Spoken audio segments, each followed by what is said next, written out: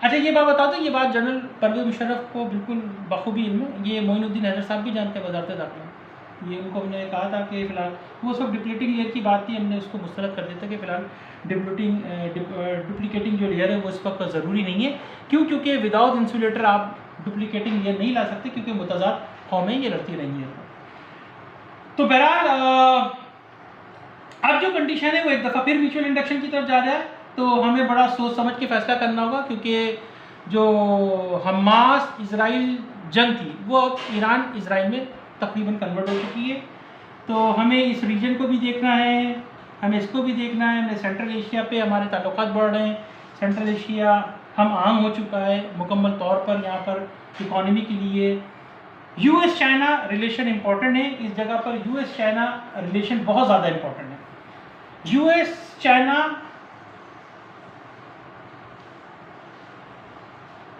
Relation are very important, बहुत ज़रूरी है। यूएस चाइना रिलेशन बहुत ज़्यादा इंपॉर्टेंट है, ये हमारे लिए भी इंपॉर्टेंट है। अच्छा, अमेरिका की जो पॉलिसी है वो बड़ी ज़बरदस्त है। उन्होंने यहाँ पर अपनी खारजा पॉलिसी साबित किया कि आज़ाद कश्मीर जो है वो आज़ाद है, क्योंकि उन्होंने खुद देखा यहाँ पे कानून साज असम्बली है, इनका सदर है, वज़ीर आज़म है, इनकी शनाख्ती अलामात हैं, इनका सुप्रीम कोर्ट है। लेकिन इंडिया में ऐसा कुछ नहीं है। इंडिया इस वक्त बिल्कुल अपनी पॉलिसीज़ की वजह से ना हिंदुत्व को लेकर बहुत डिस्टर्ब है, बहुत ज़्यादा परेशान है। और ये कोई एक मोदी का मसला नहीं है, ये इंडियन इस्टेब्लिशमेंट का मसला है। तो बहरहाल ये अगर हो सकता है ये एपिसोड एक से मतलब इसी का पार्ट 1 EP1 पार्ट 1 बन जाए, पार्ट 2 बन जाए, तो आप लोग इसको देखिएगा। तो अब ये जो मामलात हैं ये दोबारा एक दफ़ा फिर म्यूचुअल इंडक्शन की तरफ जा रहे हैं। यहाँ पर इंडिया अपनी इंगेजमेंट शो करेगा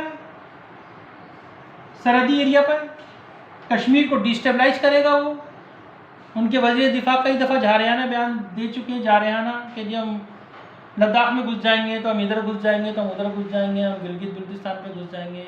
ऐसे नहीं चलता भाई, ठीक है। यहाँ को बैलेंस करने के लिए, अपनी इंटेंसिटी ऑफ पावर को बढ़ाने के लिए वो इस खत्ते को जहन्नुम बनाना चाह रहा है।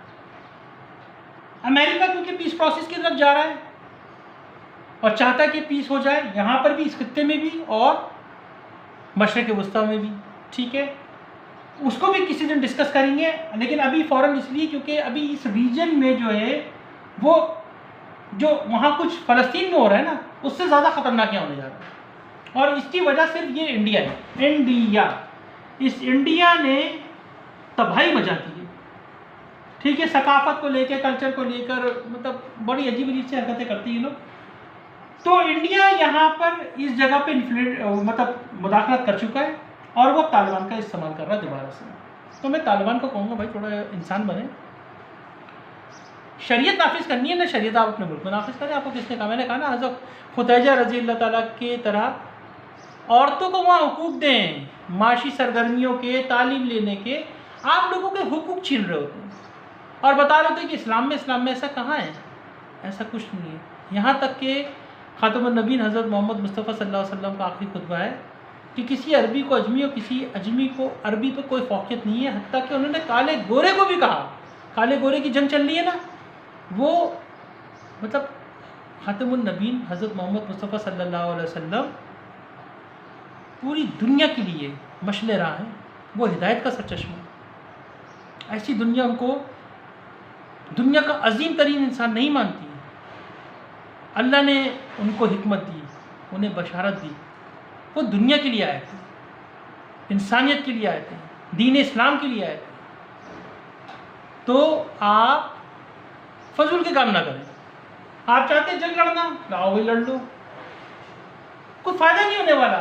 सबसे बड़ा अल्टीमेटली आप ही को नुकसान होगा। ये हिंदू यहाँ पे जो आपके बुत रखे हुए ना अफगानिस्तान में, ये यहाँ पे पहुँच जाएंगे, यहाँ पर अपनी पूजा शुरू करवा देंगे। तो ऐसा खेल ना खेलें जो रीजन को तबाही की तरफ लेके जाए। पाकिस्तान का डेलीगेशन जाए, इनसे बात करें, कुरान रख के सामने, अहद दें कि भैया मुसलमान है, तुम भी मुसलमान हो, हमारा खित्ताई हवाला है और ये जो पूरा रीजन है ना ये सही है, यानी कि ईरान, पाकिस्तान, ये सारा इंडिया से मैं कहूँगा यहाँ पे ना, ये मुस्लिम अक्सरियती आबादी का हिस्सा है। यहाँ पे बेचैनी पैदा नहीं करें, बल्कि अब यहाँ पे ये जो आपके डॉक्टर निकला है ना, ये इलाहाबाद, शैलाबाद, ये जूनागढ़, जारी बात है इसको तो आना ही हमारे पास है, ठीक है। ये सब भी दो कौमी नज़रिए के अंदर आ रहे हैं। हम तो यहाँ आज़ादी देख रहे हैं, फिर उनको भी ले लें, तेलंगाना को ले लें। दूसरा ये कि वो खालिस्तान की तहरीक को ले लें, सिखों को भी एक आज़ादी चाहिए। इंडिया खुद ही बेबस हो जाएगा। ये जो काम कर रहा है इसमें इंडिया बेबस नज़र आएगा, और बहुत बुरी तरीके से बेबस नज़र आएगा। तो अभी तो थोड़ा ये बहुत ज़्यादा थोड़ा सा हेक्टिक हो गया है, मतलब मैंने बोर्ड बहुत बड़ा नहीं रखा क्योंकि मेरे पास स्पेस बहुत कम है, लेकिन इसको आगे और डिफाइन करेंगे। इस वक्त यूएस चाइना का रिलेशन हमारे लिए सबसे इम्पोर्टेंट है, यूएस चाइना का रिलेशन, क्योंकि उसके ऊपर रशिया है। रशिया यहाँ पर फिर दोबारा इन्फिल्ट्रेट करेगा, वो इमर्स होगा, उसकी ख्वाहिश है दोबारा रीजन में आने की। तो रशिया में नहीं समझ में आ रहा कि वो यहाँ क्यों आना चाह रहा है, इसके मकासद क्या हैं। लेकिन बहरहाल हमारे तवील मयाद ताल्लुकात हैं यूएस से, यूरोप से, बरतानिया से, और हमारे बेहतरीन रिलेशन है। मुसलमानों को जितना ज़्यादा इन ममालिक में जो है वो तहफ़्फ़ुज़ मिलता है मजहबी आज़ादी के हवाले से, हर किस्म की हवाले से, वो शायद हमने अभी कहीं नहीं देखा। तक कि चाइना में भी कॉन्फ्लिक्ट होते रहते हैं बहुत सारे, कई दफ़ा रिजॉल्व करने की कोशिश की है, कभी हो जाते हैं कभी नहीं होते। तो ये कितना एक दफ़ा फिर इंडिया जहन्नुम बनाने जा रहा है, वो यहाँ का इस्तेमाल करके इस इलाके को परेशानी में ला रहा है, और ये इलाका ऑलरेडी यानी कि ईरान ऑलरेडी परेशानी में आ चुका है, ठीक है। वो जो हमास इसराइल की जंग है वो अब तब्दील हो गई है इसराइल वर्सेस ईरान, ठीक है। इससे और भी रीजन से हम बाहर निकलेंगे, लेकिन अभी नहीं निकलेंगे, उसको थोड़ा सा टाइम लगेगा। ये तो मैं बहुत जल्दी जंप कर आ गया, क्योंकि जो कल तालिबान का जारयाना बयान था उससे मुझे बड़ा खदशात पैदा हो रहा है कि भाई अभी तो जंग मंग लड़के बड़ी मुश्किल से फारिग होकर बैठे हो। शरीयत का लिहाज तो एक मामला है जो कि दीन की तरफ लेके जाता है, दीन के जो असूल है, बुनियादी असूल है, उसको डिफ़ाइन करता है। आप उसकी पैरवी करें, उसमें तशद्दुद ना लेकर आए। आप तशद्दुद लेकर आ जाते हैं, थोड़ा पढ़े लिखा करें, चीज़ों को समझा करा करें। सिर्फ यही नहीं समझे कि आप ही काबिल हैं, बाकी सब जाहिल लोग हैं। क्या हम इस्लाम नहीं जानते हैं? ये दीगर लोग क्या मुसलमान नहीं, इन्हें पता नहीं है। लेकिन कुछ लोग बहरहाल बड़े बज़िद हैं, बड़ी संजीदा कोशिश कर रहे हैं कि वो इंडिया से तिजारती या सकाफ़ती ताल्लुकात कर लेंगे तो उनके कारोबार हमेशा वसी रहेंगे। भाई ये साहबों का पैसा अब हम नहीं बचा सकते, ये बेगम साहब के खर्चे हमारा काम नहीं।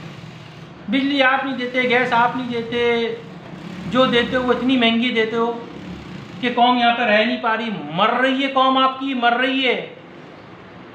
आपने स्कूल वालों पे वो क्या चार्जेस लगाए वो बिजली के? यार आप फीस कम कराओ ना, फलाई रियासत बनाओ, ख़त्म करो ये स्कूल, खुद चलाओ। इतना फंड तो लेते हो पूरी दुनिया से, पता नहीं कितने नाम से, यूरोपीय यूनियन के और यूएस नाम से, बरतानिया के नाम से आप लोगों ने कच्चों के इलाके में स्कूल जाके खोले, उनसे सारा पैसा ले लिया, खा लिया।